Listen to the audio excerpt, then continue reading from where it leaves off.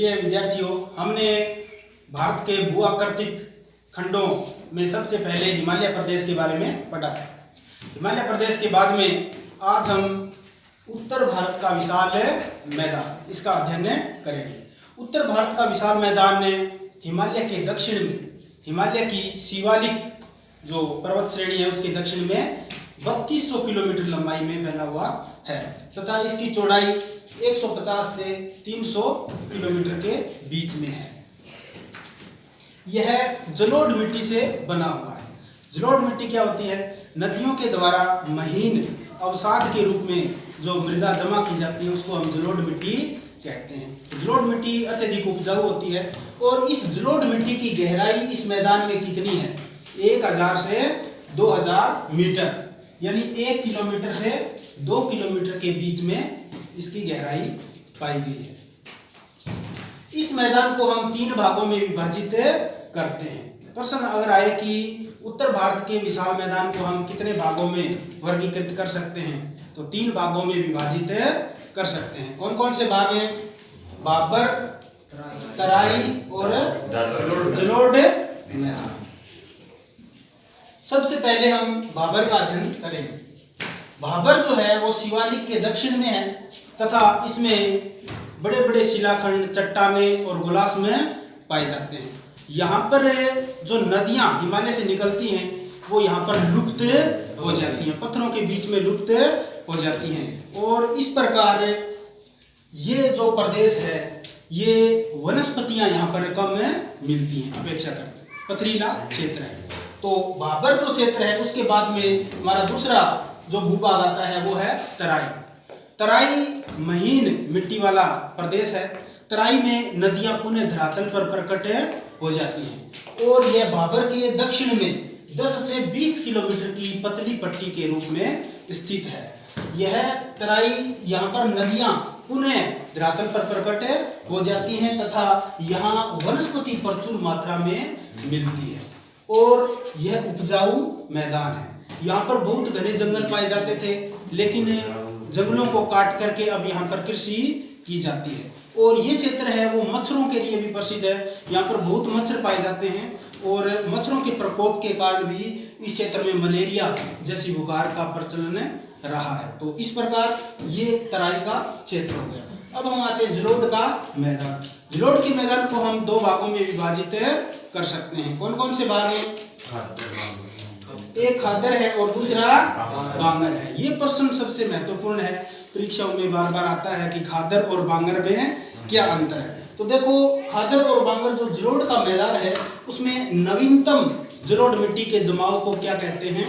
खादर कहते हैं। यानी नदियों के द्वारा नई जलोढ़ मिट्टी का जमाव किया जाता है, उस भाग को हम खादर कहते हैं। और खादर बहुत अधिक उपजाऊ मैदान होता है। यहाँ पर कृषि करने के लिए किसानों को खाद डालने की आवश्यकता नहीं होती, अधिक खाद डालने की आवश्यकता नहीं होती, इसलिए खादर जो है वो अत्यधिक उपजाऊ मैदान है।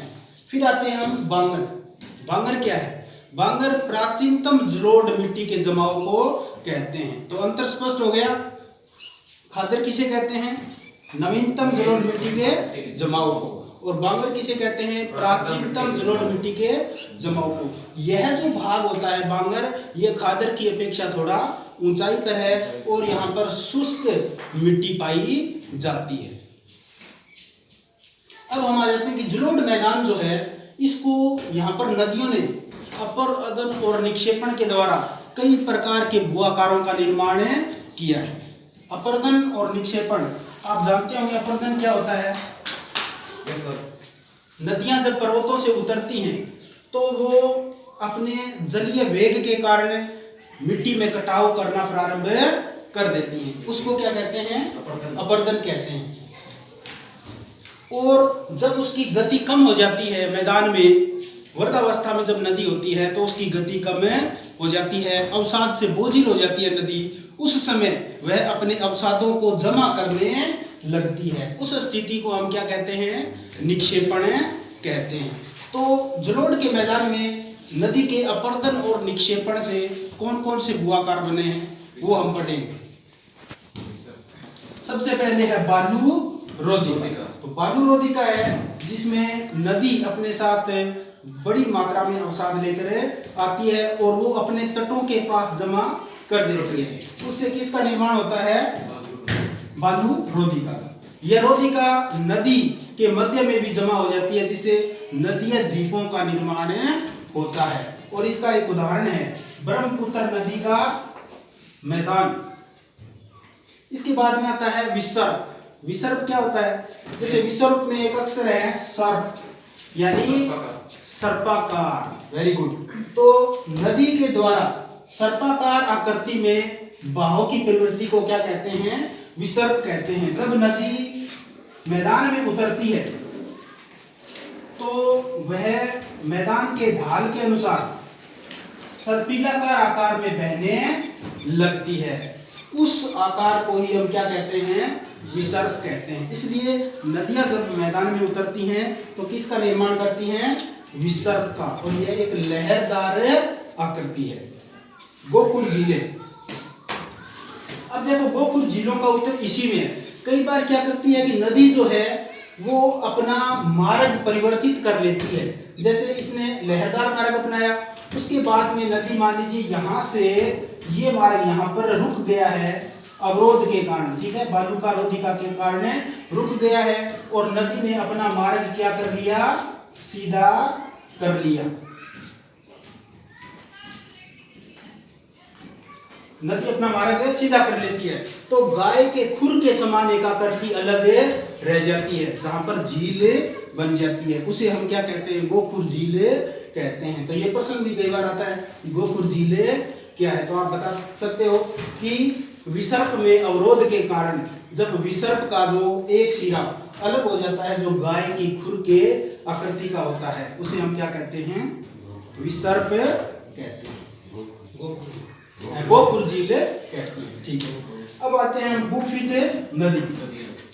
नदी जब अपने वर्धावस्था में होती है, देखो नदियां 3 अवस्थाओं में बहती हैं, तरुणावस्था, प्रौढ़ावस्था और वर्धावस्था। तरुणावस्था में उसमें वेग बहुत ज्यादा होता है और मध्य अवस्था में वह मैदान में उतरती है और वर्धावस्था में उसमें बहुत सारा अवसाद जमा हो जाता है और उसकी गति बहुत धीमी हो जाती है। ऐसी अवस्था में वह कई धाराओं में विभाजित हो जाती है। नदी जो है मुख्य धारा है वो कई धाराओं में विभाजित हो जाती है और ये धाराएं आपस में मिलने लग जाती हैं। ये धाराएं आपस में मिलने लग जाती हैं और इस प्रकार से जिस नदी का निर्माण होता है उसे हम गुम्फित सरिता कहते हैं। तो एक प्रश्न ऐसा आया हुआ भी है कि गुम्फित सरिता का निर्माण कब हुआ है? गुम्फित सरिता का निर्माण नदी की वर्धावस्था में डेल्टाई क्षेत्र में होता है या नदी के निचले भाग में होता है। अब हम आते हैं डेल्टा। डेल्टा नाम सुना है आपका? तो डेल्टा जो है वो नदी अपनी वर्धावस्था में अपने समस्त अवसादों को समुद्र में गिरने से पहले जमा करने लगती है और उससे एक त्रिभुजाकार आकृति का निर्माण हो जाता है, जिसे हम नदी का डेल्टा कहते हैं। लेकिन भारत की सभी नदियां डेल्टा नहीं बनाती। जो पूर्वी भाग में गिरने वाली नदियां हैं, बंगाल की खाड़ी में गिरने वाली नदियां ही डेल्टा बनाती हैं, जबकि अरब सागर में गिरने वाली नदियां डेल्टा नहीं बनाती, वो नदियां एस्चुरी बनाती हैं, वो भी हम पढ़ेंगे आगे। तो इस प्रकार डेल्टा जो है वो नदी के द्वारा वर्धावस्था में बनाया गया एक भूभाग है, भू आकृति है। और भारत का सबसे प्रसिद्ध डेल्टा कौन सा है? सुंदरवन का डेल्टा, जो किस नदी के द्वारा बनाया गया है? ब्रह्मपुत्र, गंगा नदी के द्वारा। सुंदरवन का डेल्टा किस नदी ने बनाया है? गंगा नदी के द्वारा बनाया गया है, जो पश्चिम बंगाल में स्थित है। अब जो खादर जलोढ़ मैदान में आता है, खादर में बहुत सारी फसलें होती हैं। कौन कौन सी? गन्ना, गेहूं, चावल और जूट। और ये जो क्षेत्र है ये अत्यधिक जनसंख्या वाला क्षेत्र है, क्योंकि उपजाऊ मिट्टी पाई जाती है, अच्छा जल मिलता है और जलवायु भी अनुकूल है, इसलिए यहाँ पर जनसंख्या घनत्व बहुत अधिक मिलता है। भारत के सबसे अधिक जनसंख्या घनत्व वाले राज्य यहाँ पर हैं। कौन कौन से? बिहार, भारत का सबसे अधिक जनसंख्या घनत्व वाला राज्य कौन सा है?